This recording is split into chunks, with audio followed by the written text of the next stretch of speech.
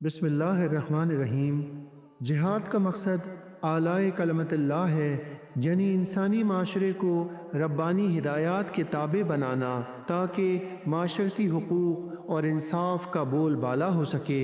اور ایسے معاشرے کی تشکیل کی جا سکے جو اخوت و بھائی چارے پر مبنی ہو، جہاں رنگ، نسل، طاقت اور مذہب کی بنیاد پر انصاف کے دوہرے پیمانے نہ ہوں۔ اسی وجہ سے جنگ میں شریک نہ ہونے والے نہتے افراد جیسے بوڑھوں، بچوں اور خواتین کی عزت و عصمت کا جنگ کے دوران بھی پورا خیال رکھا گیا۔ اسی وجہ سے تاریخ کے اوراق میں کبھی تو یہ نظارہ دیکھنے کو ملتا ہے کہ کسی کافر کے عین قتل کے وقت کلمہ پڑھنے کے باوجود اسے قتل کرنے پر صحابی آپ صلی اللہ تعالی علیہ وآلہ وسلم کے شدید غصے کا سامنا کرتے ہیں، اور کبھی معاہدہ ختم ہونے کی اطلاع دیے بغیر علاقے فتح کرنے پر لشکر کے سپہ سالار فتح کیے ہوئے علاقے واپس کر دیتے ہیں، اور دوران جنگ اسلامی اعلیٰ اخلاق کے ایسے شاہکار وجود میں آتے ہیں جن کی وجہ سے